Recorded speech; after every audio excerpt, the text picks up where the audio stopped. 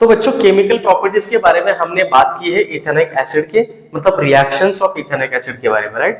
तो अब इसके प्रॉपर्टीज के बारे में थोड़ी सी बात कर लेते हैं, राइट। जो प्रॉपर्टीज है इथेनिक एसिड की बहुत ही इंपॉर्टेंट है, because ethanol is use in daily life.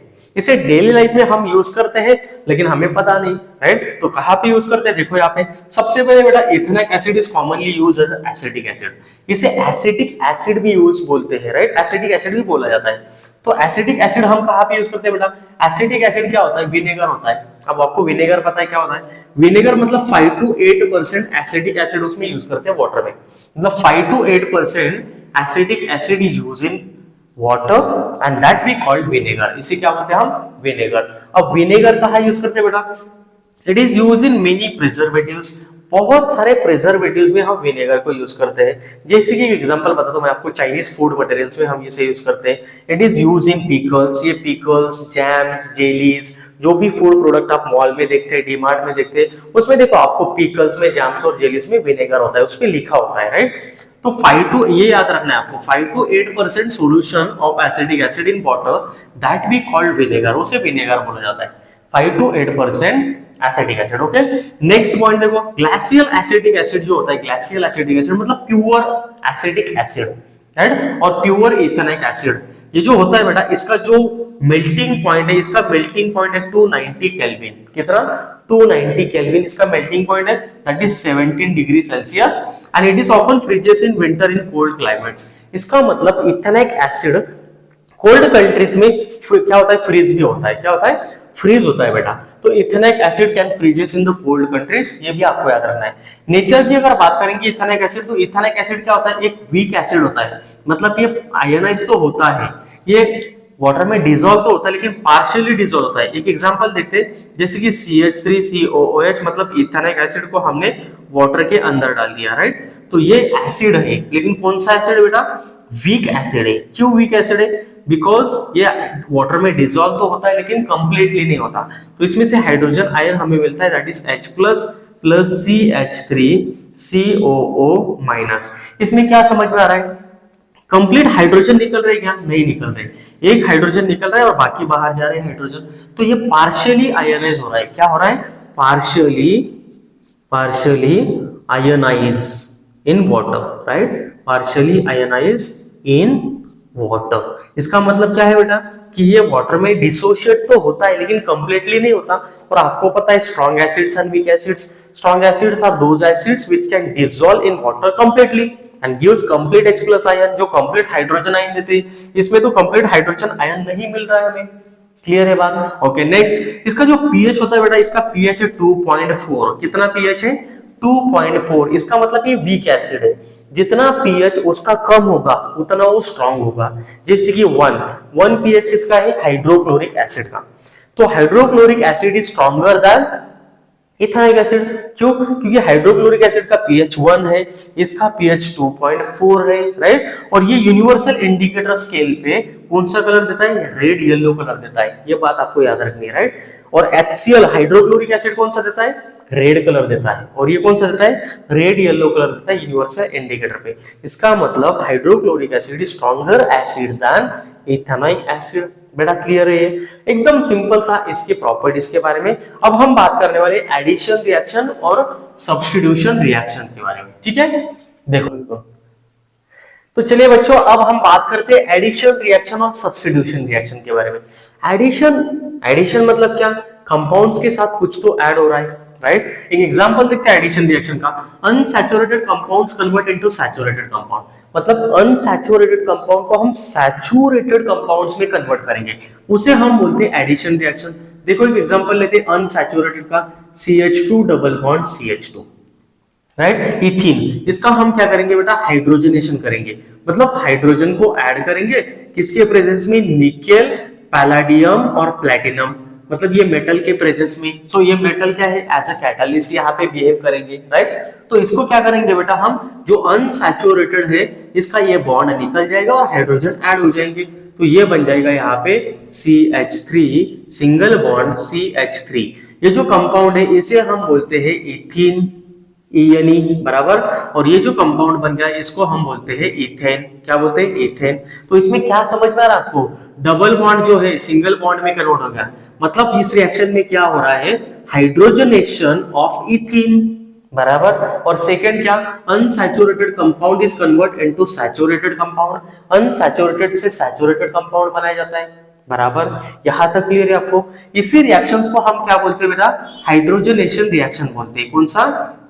Hydrogenation reaction. Hydrogenation reaction मतलब क्या? एडिशन ऑफ हाइड्रोजन, जिसे एडिशन ऑफ हाइड्रोजन बोला जाता है। सो ये रिएक्शन बेटा, reaction is use of hydrogenation for vegetable oils. मतलब जो वेजिटेबल ऑयल्स होते हैं बेटा, वेजिटेबल्स ऑयल क्या होते हैं? अनसैचुरेटेड कार्बन कंपाउंड्स होते हैं। मतलब अनसैचुरेटेड कंपाउंड्स होते हैं जिसे हम वेजिटेबल ऑयल बोला जाता है, राइट। ये कंपाउंड्स हम कहाँ पे यूज करते हैं? हम डेली लाइफ में भी यूज करते हैं वेजिटेबल ऑयल्स, जैसे groundnut oil, sunflower oil, right. ये जो वेजिटेबल ऑयल है इसे हम यूज करते हैं। और जो सैचुरेटेड कंपाउंड्स होते हैं बेटा, सैचुरेटेड कंपाउंड्स वो एनिमल फैट होते हैं। हमेशा एक बात याद रखना, we should always prefer unsaturated compounds for cooking. क्यों? क्योंकि अनसैचुरेटेड कंपाउंड्स वेजिटेबल ऑयल से बनते हैं जो हमारे हेल्थ के लिए अच्छे होते हैं। और जो सैचुरेटेड कंपाउंड्स होते हैं बेटा, सैचुरेटेड फैटी एसिड्स जो होते हैं वो एनिमल फैट से बनते हैं और वो क्या होते हैं? हमारे हेल्थ के लिए हार्मफुल होते हैं। यहां तक आपको क्लियर है? ठीक है। नेक्स्ट देखते हैं सब्स्टिट्यूशन रिएक्शन मतलब क्या। सब्स्टिट्यूशन मतलब क्या होता है? एक मॉलिक्यूल को, एक एटम को सब्स्टिट्यूट करते हैं, राइट। तो इसे बोलते हैं सैचुरेटेड कंपाउंड्स और सब्स्टिट्यूशन रिएक्शन।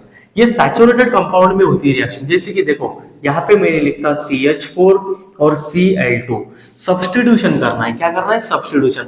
लेकिन ये reaction in the presence of sunlight होगी।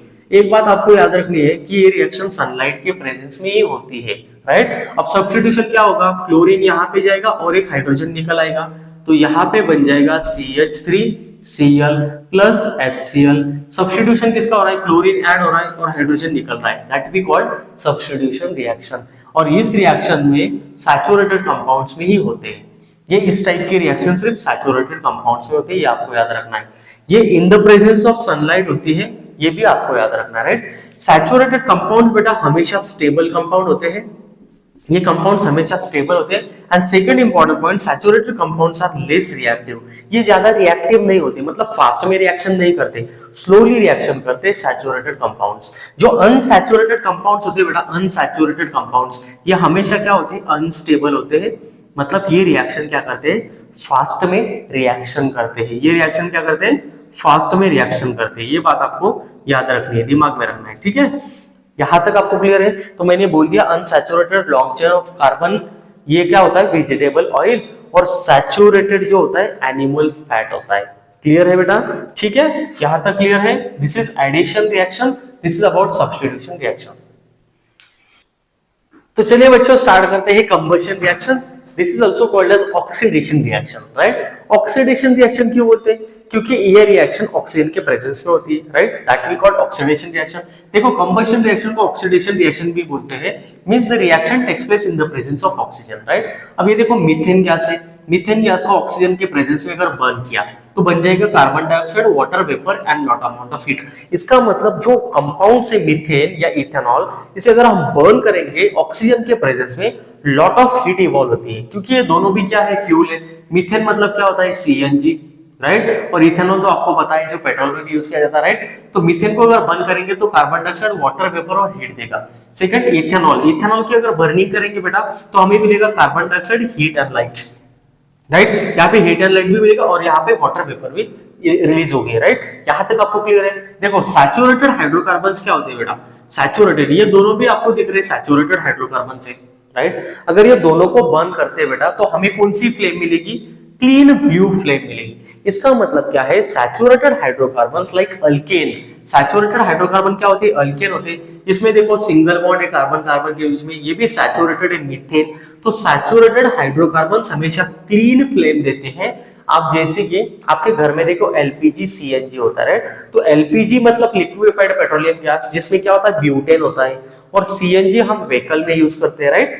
तो ये प्योर कार्बन डाइऑक्साइड को रिलीज करता है, राइट। और यहाँ पे क्लीन फ्लेम मिलती है हमें। गैस स्टोव पे आप देख लो घर में, वहां पे क्लीन ब्लू कलर की फ्लेम मिलेगी हमें, क्लियर है? तो वो होता है अल्केन, मतलब saturated hydrocarbons always give clean flame. Clear है बेटा? कंप्लीट बर्निंग होती है उसकी, राइट? सेकंड, अनसैचुरेटेड हाइड्रोकार्बन्स क्या होते हैं बेटा? अनसैचुरेटेड हाइड्रोकार्बन्स हमेशा येलो फ्लेम देते हैं।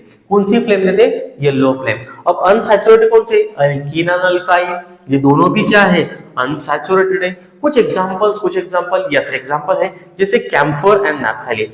बेटा कैम्फर एंड नैप्थेलिन ये दोनों भी येलो कलर की फ्लेम देते हैं। तो अगर येलो कलर की फ्लेम देते हैं इसका मतलब ये दोनों क्या है? ये दोनों अनसैचुरेटेड हाइड्रोकार्बन है। मतलब ये दोनों में भी अनसैचुरेटेड होता है, डबल या ट्रिपल बॉन्ड होगा, इसलिए वो येलो फ्लेम देते हैं। यहां तक क्लियर है बेटा? ठीक है। Next, incomplete combustion. Incomplete combustion मतलब क्या होता है? इनकम्प्लीट कंबशन मतलब लिमिटेड सप्लाई ऑफ एयर। आपने घर में भी बहुत बार एक आधी बार देखा होगा, अगर लिमिटेड सप्लाई ऑफ एयर हो रहा है तो आपने देखा होगा कि गैस में से येलो फ्लेम थोड़ी सी मिलती है हमें कभी कभी। क्यों मिलती है? Because there is no sufficient supply of oxygen to the CNG और एलपीजी। सफिशिएंट सप्लाई अगर नहीं होता ऑक्सीजन का तो वहां पे वो येलो फ्लेम देना स्टार्ट करता है। तो उसमें क्या होता है? बहुत सारा फ्यूल भी वेस्ट होता है एंड वेसल्स गेट ब्लैकन, तो वेसल भी नीचे से ब्लैक पड़ जाते हैं। आप कभी भी देखो जो गैस हम यूज करते हैं एलपीजी, उसके वजह से वेसल कभी भी ब्लैक नहीं पड़ती, राइट? लेकिन अगर एक आधे बार ब्लैक पड़ रहा है वेसल नीचे से तो इसका मतलब incomplete combustion taking place there. और इनकम्प्लीट कंबशन मतलब लिमिटेड सप्लाई ऑफ एयर, मतलब उसमें कंप्लीट ऑक्सीजन नहीं प्रोवाइड हो रहा है। तो वो फ्लेम कौन सा देगा? येलो फ्लेम देगा उस टाइम पे। सैचुरेटेड कंपाउंड्स भी येलो फ्लेम दे सकते हैं, यस दे सकते हैं, if there is no sufficient supply of oxygen, उस टाइम पे दे सकते हैं। अदरवाइज सैचुरेटेड हाइड्रोकार्बन्स हमेशा क्लीन ब्लू कलर की फ्लेम देते हैं। क्लियर है? नेक्स्ट, अगर इनकम्प्लीट कंबशन होता है बेटा लिमिटेड सप्लाई ऑफ एयर में, मतलब अगर प्रॉपर एयर नहीं मिल रही है फ्यूल को, तो प्रोडक्ट्स कौन से निकलते हैं? वाटर वेपर, कार्बन मोनोऑक्साइड और कार्बन ब्लैक कलर का सोट। मैंने अभी बोला आपको बर्तन नीचे से देखो, नीचे से देखेंगे बर्तन तो ब्लैक पड़ जाएंगे, इसका मतलब कार्बन सोट पार्टिकल रिलीज हो रहा है, कंप्लीट बर्निंग नहीं हो रहा है, राइट? और सेकंड कार्बन मोनोऑक्साइड दे रहा है। कार्बन मोनोऑक्साइड एक हार्मफुल गैस है बेटा, तो कार्बन मोनोऑक्साइड रिलीज हो जाएगा। If there is sufficient supply of air, मतलब अगर ऑक्सीजन की लेवल ज्यादा है, सफिशिएंट सप्लाई है, तो कंप्लीट कंबशन होगा जिसमें कार्बन मोनोऑक्साइड नहीं मिलेगा, क्या मिलेगा? Carbon dioxide. यहां तक क्लियर है? This is all about what? Oxidation reaction. First हमने देखा saturated compounds burn with a clean flame और प्योर कार्बन डाइऑक्साइड दे देंगे। और कैम्फर और नैप्थेलिन क्या है? Unsaturated hydrocarbon which gives yellow flame, right? Incomplete combustion means limited supply of air, that's why it gives yellow flame and release water vapor, carbon monoxide and carbon black soot. Clear है बेटा? Okay, come to the next point. तो देखो बच्चों, last important point हमारा है soaps and detergents के बारे में। सोप्स को थोड़ा सा डिटेल में पढ़ते हैं, ठीक है? तो सोप्स एक्चुअल में होते क्या है बेटा? सोप्स एक मॉलिक्यूल्स होते हैं सोडियम और potassium salts of long chain of carboxylic acid. मतलब ये क्या होता है? सोडियम और पोटेशियम की लॉन्ग चेन होती है, सोडियम और पोटेशियम यहाँ पे लगा रहता है, और लॉन्ग चेन होती है किसकी? कार्बोक्सिलिक एसिड की। ये कार्बन होते हैं, इसमें अप्रॉक्स कार्बन होते हैं 15 to 16 कार्बन, राइट? एकदम बड़ी चेन होती है, राइट? एक एग्जांपल में हमने देखा था सोप का CH3COO, ये एग्जांपल हमने देखा था ना, CH3COO, राइट? Na। तो इसमें हमने देखा कि ये कार्बोक्सिलिक चेन है लॉन्ग, और यहाँ पे सोडियम और पोटेशियम मेटल है। क्लियर है यहाँ तक? इसे हम ऐसे भी ड्रॉ कर सकते हैं, ये टेल है और ये हेड है। अब इस लॉन्ग चेन में ये क्या है बेटा? यहाँ पे ये आपका हेड है, मतलब मेटल, राइट? जो आयन है, मेटल आयन। और यहाँ पे जो बाकी की लॉन्ग चेन है कार्बोक्सिलिक एसिड, ये क्या है? टेल है। क्लियर है? मोस्ट ऑफ द डर्ट क्या होती है बेटा? ऑयली नेचर की होती है, ऑयली होती है, राइट? तो oil does not dissolve in water, हमें ये पता है कि ऑयल डिसॉल्व नहीं होता वाटर में, राइट? तो हमें ये तो पता है, लेकिन यहाँ पे देखो बेटा एक्चुअल में होता क्या है। तो ये जो सोडियम मेटल है, सोडियम मेटल, ये हेड है और ये बाकी का सब टेल है। तो ये जो बाकी का टेल है ये ऑर्गेनिक कंपाउंड है, मतलब ये क्या है? ये कार्बन कार्बन की लॉन्ग चेन तो ऑर्गेनिक है, और टेल क्या है बेटा? टेल इनऑर्गेनिक है। तो इसका मतलब सोडियम जो है, यहाँ पे जो सोडियम है ये हेड है, राइट? तो ये हेड क्या होगा बेटा? ये हेड मेटल डिसॉल्व होगा किसमें? वाटर में। मतलब ये हेड डिसॉल्व हो जाएंगे वाटर में। और जो डर्ट है, डर्ट और जो ऑयली नेचर की डर्ट होती है, ये क्या होती है बेटा, ये इनसोल्यूबल होते हैं वाटर में, बराबर। तो ये डिजोल्व किसके साथ होगी, ये डिजोल्व होगी बेटा ये टेल के साथ, क्योंकि टेल क्या है, ये जो टेल है बेटा, ये टेल ये क्या है, कार्बन कार्बन की चेन है, बराबर। और ये कार्बन कार्बन कंपाउंड्स क्या है, ऑर्गेनिक कंपाउंड है। और ऑयल भी क्या है, ऑर्गेनिक कंपाउंड है। इसका मतलब लाइट डिजोल्व्स लाइट। तो कार्बन कार्बन के चेन के साथ, ये टेल के साथ, यहाँ पे ये ऑयल क्या हो जाएगा, डिजोल्व हो जाएगा, मिक्स हो जाएगा, बराबर। तो यहाँ पे अगर ये मिक्स हो जाएगा बेटा, तो इस स्ट्रक्चर को हम बोलते हैं मिसिल। क्या बोलते हैं, इसे हम बोलते हैं मिसिल्स, राइट। ये स्ट्रक्चर इस तरह से बनता है। तो एक्चुअल में रिएक्शंस कैसी होती है वाटर में, ये जो हेड है, this head dissolve in water, and ये वाटर के साथ चले जाएंगे सब सोडियम के, राइट, आयंस। और जो टेल है, ये टेल ये क्या होगी, ऑयल्स को मिक्स कर देगी यहाँ पे, राइट। तो ये हम क्या करेंगे, क्लोथ से निकालेंगे इसको। The oil dirt is a trap inside the missile. ये जो ऑयल जो होती है बेटा, डर्ट जो होता है ऑयल से बना, वो क्या होता है, ट्रैप होता है कहाँ पे, इनसाइड द मिसिल, मतलब यहाँ पे ट्रैप होता है, क्योंकि दोनों ऑर्गेनिक है। And wash away with the water rinsing, और वो ये वाटर से क्या होते हैं, वॉश होते हैं। क्यों, क्योंकि यहाँ पे देखो मैंने अभी बोला कि ये ऑर्गेनिक कंपाउंड है कार्बन कार्बन का, और बाकी का क्या है, ये सोडियम है। तो सोडियम डिसॉल्व होता है वाटर में, और ये डिसॉल्व नहीं होगा, लेकिन ये ऑयल को डिसॉल्व करता है, और ऑयल को कपड़े से निकालता है और बाहर फेंक देता है वाटर से। यहां तक क्लियर है बेटा, यस और नो, ठीक है। आते हैं नेक्स्ट पॉइंट में। तो बच्चों हमने जो सोप के बारे में पढ़ा था, उसके थोड़े डिटेल में पढ़ते हैं कि सोप्स में एक्चुअल बाकी रिएक्शंस कैसे होती है। बट जो इसमें हार्ड वाटर में रिएक्शन कैसी होगी, water that contain salts of calcium और मैग्नीशियम सॉल्ट्स। बोर का वाटर जो होता है बेटा, बोर का वाटर, इसमें क्या होता है, सबसे ज्यादा सॉल्ट होता है। कौन सा सॉल्ट होता है, कैल्शियम और मैग्नीशियम का सॉल्ट होता है, जो कि बाइकार्बोनेट्स होता है, या क्लोराइड्स होता है, या सल्फेट का सॉल्ट होता है, right. Bore water contain high amount of salt of calcium और magnesium, that is bicarbonate, chlorides और सल्फेट सॉल्ट होता है, right. So soap react with this salts. अगर बोर वाटर के साथ अगर सोप की रिएक्शन की, अपने सोप जो हम लगाते हैं, राइट, वो सोप की रिएक्शन अगर करते हैं, तो calcium and magnesium to form insoluble PPT. इसका मतलब ये कैल्शियम और मैग्नीशियम के सॉल्ट सोप रिएक्शन करेगा, और यहाँ पे इनसोल्यूबल पीपीटी फॉर्म कर देगा। इनसोल्यूबल पीपीटी मतलब प्रेसिपिटेट फॉर्म कर देगा। तो यहाँ पे फ्यूमिंग फॉर्म नहीं होगी, मतलब फोम फॉर्म नहीं होगा। जैसे डिटर्जेंट्स में फॉर्म होता है, आपने देखा है डिटर्जेंट्स में फोम फॉर्म होता है, थोड़ा सा डिटर्जेंट वाटर में डाल दो, ऐसे कर लो उसको, वहां पे फोम फॉर्म होगा। लेकिन सोप में फोम फॉर्म नहीं होता। यहां तक क्लियर है, ओके। तो सोप्स में, बोर वाटर में क्या होता है, सॉल्ट्स ऑफ कैल्शियम और मैग्नीशियम, बाइकार्बोनेट्स, क्लोराइड्स और sulphate, and salts do not form foam. ठीक है, ये क्या बना देगा, इनसोल्यूबल पीपीटी बना देता है। आपने बहुत बार देखा होगा वॉशरूम में कि साइड में अगर आपने देखा तो वहां पे थोड़े थोड़े पार्टिकल्स लगते हैं सोप के। इसका मतलब क्या है, सोप कंप्लीटली डिसॉल्व नहीं होता वाटर में, राइट।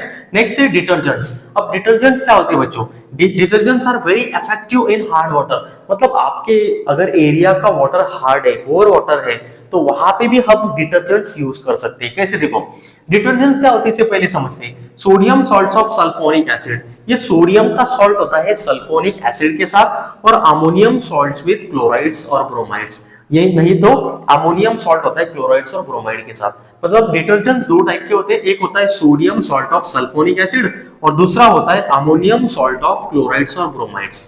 क्लियर है, अमोनियम सॉल्ट ऑफ क्लोराइड्स और ब्रोमाइड, इसे डिटर्जेंट बोला जाता है।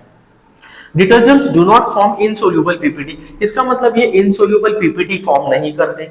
डिटर्जेंट्स इस तरह से पीपीटी फॉर्म नहीं करते, ओके, वाटर में विद कैल्शियम और magnesium salts of hard water. मतलब डिटर्जेंट्स को अगर आपने डाल दिया तो वो इनसोल्यूबल प्रेसिपिटेट फॉर्म नहीं करेगा कैल्शियम और मैग्नीशियम सॉल्ट्स के साथ। मतलब आपने बोर वाटर में अगर डिटर्जेंट्स डाल दिया, वहां पे इनसोल्यूबल प्रेसिपिटेट फॉर्म नहीं होगा, तो क्या होगा, actually it is used to make shampoos and cleaning clothes. तो डिटर्जेंट्स अगर आपने डाल दिया बेटा, तो वो क्या कर देगा, वहां पे क्लीनिंग करेगा, किसकी, क्लॉथ की क्लीनिंग करता है। यहाँ पे इनसोल्यूबल पीपीटी फॉर्म नहीं होती, राइट। तो ये क्लीन कर देगा क्लॉथ्स को, that is why detergents is used in shampoos, okay. तो डिटर्जेंट को हम शैम्पूज में भी यूज करते हैं और क्लीनिंग पर्पस के लिए भी यूज करते हैं। टाइल्स को क्लीन करने के लिए भी डिटर्जेंट्स को यूज किया जाता है। क्यों यूज करते हैं बेटा, क्योंकि बोर वाटर के साथ वो क्या करता है, यहाँ पे पीपीटी फॉर्म नहीं करता। लेकिन अगर आपने सोप को डाल दिया बेटा वाटर में, तो वहां पे वो पीपीटी फॉर्म कर देगा। क्लियर है। तो ये था सोप्स और डिटर्जेंट्स के बारे में। हमेशा याद रखना कि हार्ड वाटर जो होता है वो ज्यादा क्या होता है, हार्मफुल होता है हमारे स्किन के लिए, राइट, या हमारे हेयर के लिए। तो हम उसमें क्या डाल सकते हैं, उसमें देखो आप एलम डालते हैं, एलम, राइट। ये तो डिटर्जेंट अगर डालते हैं तो डिटर्जेंट से भी क्या होगा, हार्डनेस जो है वाटर का रिमूव हो जाएगा। इसका मतलब अगर आप डिटर्जेंट्स डालते हैं बोर वाटर में तो उसका जो हार्डनेस है वो कम हो जाएगा, कम हो जाएगा, राइट। और यहाँ पे वो पीपीटी फॉर्म नहीं करेगा। तो यहाँ पे डिटर्जेंट्स को हम यूज करते हैं शैम्पूस बनाने के लिए और क्लीनिंग करने के लिए क्लोथ्स को। ये था बेटा हमारा कार्बोनेट्स कंपाउंड।